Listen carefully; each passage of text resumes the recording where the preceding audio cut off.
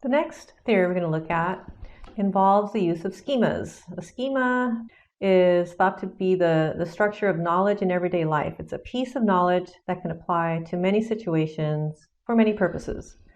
Schemas may be thought of as correct in overall form, but they might be wrong about major details, or they might be missing some important details. So think of a restaurant. Does your restaurant schema, this concept, is sort of your prototypical restaurant in a way, to use some of the language that we've already used before for other theories? So if you create like a mental image of a restaurant, does your restaurant include things like tables, menus, plates? This helps you know what to expect and how to act when you walk into a restaurant. So that's the idea, that a schema is some general knowledge. It can apply to many different situations. So many different types of restaurants will probably include tables, menus, and plates, things that might all be part of your restaurant schema. Script is one type of schema. It is more related to how we act in a restaurant. So the script is a type of schema, but it's related to what we should do and how we should behave in a restaurant. It's not just what you would expect to see or hear. So it might mean that when I walk into a restaurant, one of the first things I do is figure out if I'm supposed to sit down first or if I'm supposed to walk up to a counter and order. So if I've never been inside of a particular restaurant and I don't really know anything about it, maybe I'm traveling, I'm in a new city, and I just walk into a restaurant, I will maybe look around and figure out quickly, is this one of those restaurants where you sit down first, or is this one of those where you walk up to a counter and then order and then sit down? So that would be an example of a type of restaurant script, right? Now, schemas are handy because they can fill in missing information. They can help us understand conversations or text that is really helpful when we are missing some of that data. So for example, let's say you're having a conversation with a friend, but a noisy truck drives past.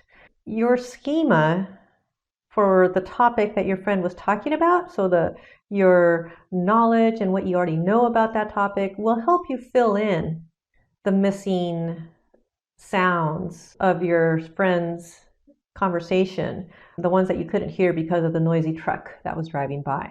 So that's the idea. They can help fill in missing information with our sort of expected knowledge from the schema. A relevant schema will also help speed up your ability to comprehend a discussion. But schemas can also mislead. So here's a classic study that was conducted. So students waited in the room shown here in this picture. And so they waited in this room just briefly, about 35 seconds. After they left, they were asked to recall the items in the room verbally or to recognize items from the room. So they did free recall or they did recognition memory. Their memory was good for items that were consistent with their schema of a graduate student office. So they walked in and they were told this was a graduate student office. And so, maybe they remembered chairs and they remembered, I think there might be here we go, like a model brain here. So, okay, psychology department, graduate student, that makes sense. There's going to be chairs, there's going to be a brain, there might be coffee, absolutely. All that stuff sort of makes sense. And the items that were consistent with their schema, they remembered well. But they did not do so well remembering items that were inconsistent with the schema. So for example, the fan up here.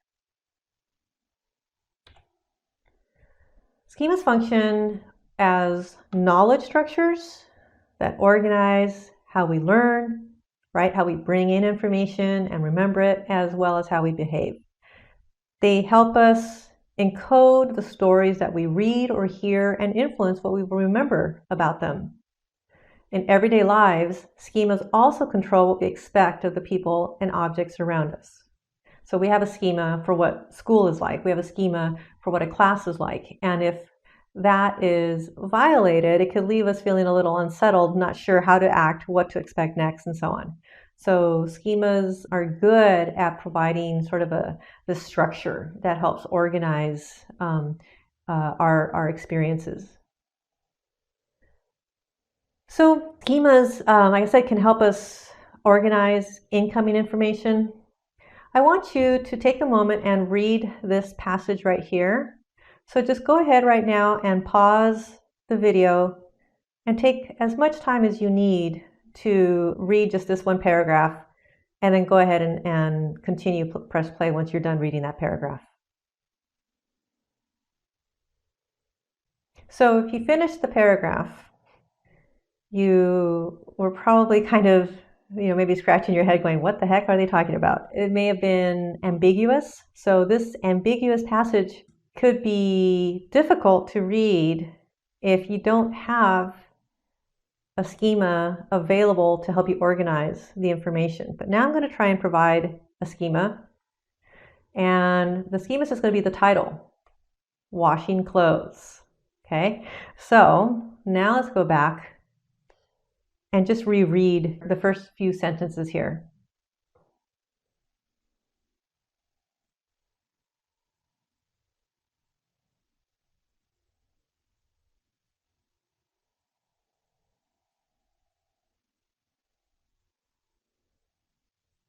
So as you read the paragraph a second time, but now you understand that it's about washing clothes, oh my gosh, it makes so much more sense, right? Now when you hear, okay, you're going to arrange items into different groups. Okay, right? Lights and darks, for example. One pile may be sufficient depending on how much there is to do. If you have to go somewhere else due to lack of facilities, that is the next step, right? If you have to go to the laundromat. So all of this makes a lot more sense once you have that title. So in a study that used this particular passage, they divided the participants up into 3 different groups. So one group read it without the title at all. Another group was given the title before reading the paragraph, and the third group was given the title after reading the paragraph. Here are the results of the test of their comprehension, and then a test of the number of ideas that they recalled. So the comprehension ratings. If they got the title before, their score was a 4.5 out of a possible 7. But look at this. Ooh, pretty low comprehension ratings if they never got the title. But interestingly enough, does it help to get the title after reading the paragraph? No, right? So it only helps if we receive that advanced knowledge in it, before, not after. So the topic of washing clothes had to be provided before reading the paragraph for good comprehension to occur. Same thing with the recall of ideas. If they're given the title before reading the paragraph, they do quite well. They remember an average of 5.8, 3 ideas out of a possible 18. And again, being told the title after reading the paragraph does not help. So whether they got no topic or got the topic afterwards, didn't matter. They remembered significantly fewer ideas from that paragraph. So it's really critical that the topic be given before the reading of the paragraph. So that's why a lot of textbooks provide what's called an advanced organizer. It provides a bridge between new information and what the learner already knows, ideally. And so this is just a picture of the chapter outline in the first page of chapter 7.